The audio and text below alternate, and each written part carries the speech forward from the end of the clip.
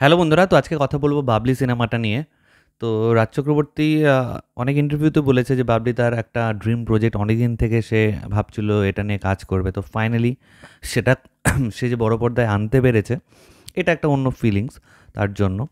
তো বাবলি সিনেমাটা যদি আমাকে এক কথায় বলতে, আমি বলবো যে হ্যাঁ, এমনি ওয়ান টাইম দেখার জন্য এটা ঠিক আছে। এবং বড় পর্দার সিনেমা হিসেবে আমি যদি বলি, স্পেশালি এর যা লোকেশন, ডিমাপুর, ইম্ফল, ওই ভিউটার জন্য এটা বড় পর্দায় দেখার মতন একটা সিনেমা হয়ে দাঁড়িয়েছে।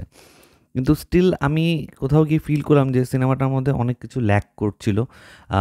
স্পেশালি যখন এটা রাজ চক্রবর্তীর সিনেমা, তখন আমাদের এক্সপেকটেশন একটু হাই থাকে। কিন্তু দেখো, এটা যেহেতু বুদ্ধদেব গুহর উপন্যাসের ওপর বেস করে, তো রাজ চক্রবর্তীর স্ক্রিপ্ট লেভেল একটু হালকা চেঞ্জেস করে সিনেমার জন্য যেটুকুনি করা হচ্ছে সেটা করে একটু ইন্টারেস্টিং ওয়েতে গল্পটা বলার চেষ্টা করেছে। মানে ডিরেক্ট এই শুরু হচ্ছে এই শেষ হচ্ছে এরকম না করে একটু নন লিনিয়ার ওয়েতে তোমাকে পরের সিন আগে দেখাচ্ছে, এরকম করে করে একটু ইন্টারেস্টিং ওয়েতে স্ক্রিপ্টটাকে বানানোর চেষ্টা করছি। স্টিল সিনেমাটা ফার্স্ট হাফটা ঠিকঠাক থাকলেও সেকেন্ড হাফটা কিন্তু আমার কাছে খুবই কী বলবো, আপ টু দ্য মার্ক লাগেনি। তো এখানে যে গল্পটা দেখানো হচ্ছে আমরা সকলেই জানি, ট্রেলার থেকে বুঝতে পারছি, প্লাস যারা উপন্যাসটা পড়েছো তোমরাও সকলে জানো যে এখানে একটা জার্নি আছে, যে জার্নিতে আবির এবং বাবলি মানে শুভশ্রী গাঙ্গুলি তাদের মধ্যে একটা প্রেম হচ্ছে, অভিরূপ এবং বাবলির প্রেম হচ্ছে। এবং তাদের লাইফে মানে প্রেমটা যখন জমে গেছে তখন তাদের লাইফে থার্ড পার্সন এন্ট্রি হয়। সুরেশনী যে ক্যারেক্টারটা প্লে করছে ঝুমা, এই থার্ড পার্সনটা আসার পর এই অভিরূপ এবং বাবলির মধ্যে সম্পর্কে কি কি ফাটল ধরে, বাবলির মধ্যে কি কি মেন্টাল চেঞ্জেস আসে, সে সেটার সাথে কিভাবে কোপ আপ করে, অভিরূপের সাথে তার সম্পর্কটা কোন দিকে যায়, এটা নিয়ে বাকি গল্প এগোতে থাকে। সাপোর্টিং রোলে আমরা সৈনী সেনগুপ্ত, কৌশিক সেন সহ আরও অনেকে দেখতে পাচ্ছি, রেশমি দিয়ে আছে। তো সিনেমাটার ভালো দিক যদি বলতে হয়, আমি বলবো যে কাস্টিং কিন্তু সিনেমাটা সত্যি খুব ভালো হয়েছে। বাবলি আমার মনে হয় শুভশ্রী গাঙ্গুলি যে এফোর্টটা দিয়েছে, মানে একদম উপন্যাসের বাবলির হওয়ারই কিন্তু চেষ্টা করেছে। কথাবার্তা ওয়েট পুট অন করে এইটাকে ক্যারি করা সত্যি মানে সাধুবাদ জানাতেই হবে। এবং সে যেভাবে এক্সপ্রেশনগুলো দিচ্ছিল, প্রত্যেকটা ইমোশন শুভশ্রী গাঙ্গুলি সত্যি সত্যি সত্যি খুব ভালো ছিল। অভিনয়ের দিক থেকে কিন্তু কোনো খামতি রাখেনি। সেরকম আবিরের ক্যারেক্টারটাও যেরকম মানে বিদেশ ফেরত একটা ছেলে, এবং আবিরকে খুব ভালো মানিয়েছে। যে উপন্যাসে যে হ্যান্ডসাম চেহারার বর্ণনা ছিল সেটার সাথে আবির সত্যিই যায়।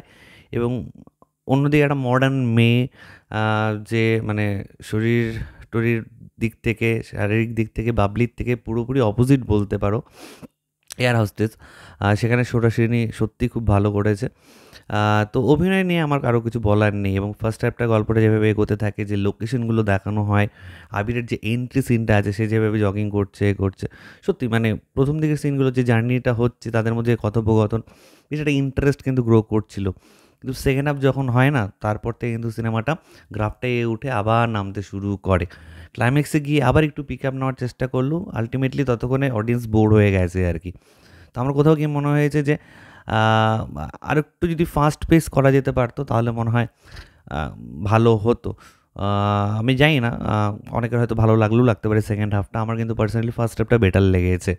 গানগুলো বেশ ভালো, ইন্দ্রদীপ দার ব্যাকগ্রাউন্ড স্কোর থেকে শুরু করে যে সিনেমাটোগ্রাফি সত্যি সত্যি সত্যি খুব ভালো হয়েছে। এবং বোঝা যাচ্ছে যে বেশ সময় নিয়ে ধরে ধরে শ্যুটটা করা হয়েছে। তো এখানে তো রাজ চক্রবর্তীর আর ইনপুট দেওয়ার আলাদা বলতে আমি মানে একটা উপন্যাস থেকে তুমি যখন লিখছো তখন তো তুমি সেখানে আর টুইস্ট অ্যান্ড টার্নস ঢোকাতে পারো না, যে আমি গল্পটাই চেঞ্জ করে দেবো, এই করে দেবো, এই করে দেবো, যাতে অডিয়েন্স সেই হাততালি দেয়, সিটি মারে, তা না। তোমাকে যা লেখা আছে সেটাকেই তোমার মতন করে সার্টেন চেঞ্জেস করে অডিয়েন্সের সামনে তুলে ধরতে হবে। তো আলটিমেটলি রাজ চক্রবর্তী স্যারের তারা ড্রিম প্রজেক্টটা বানিয়েছেন, এবং অডিয়েন্স মোটামুটি এখন চারদিকে সিচুয়েশন সেখানে দাঁড়িয়ে আমি জানি না, মানে আমি যেখানে দেখেছি সেখানে সেরকম লোকজনই ছিল না, ফাঁকাই ছিল হলটা। তো বাকি জায়গায় কেমন কী চলছে সেটা ঠিক খবরও নেই। তবে একটা ড্রিম প্রজেক্ট সে বড় পর্দায় আনতে পেরেছে, তার জন্য তাকে মেনি মেনি কংগ্রেচুলেশন। তবে ভবিষ্যতে আমি চাইবো রাজ চক্রবর্তী যেন তো পুরনো জনারেই ফিরে আসে, যেটা রাজ চক্রবর্তী যে নামে ফেমাস হয়েছে আর কি।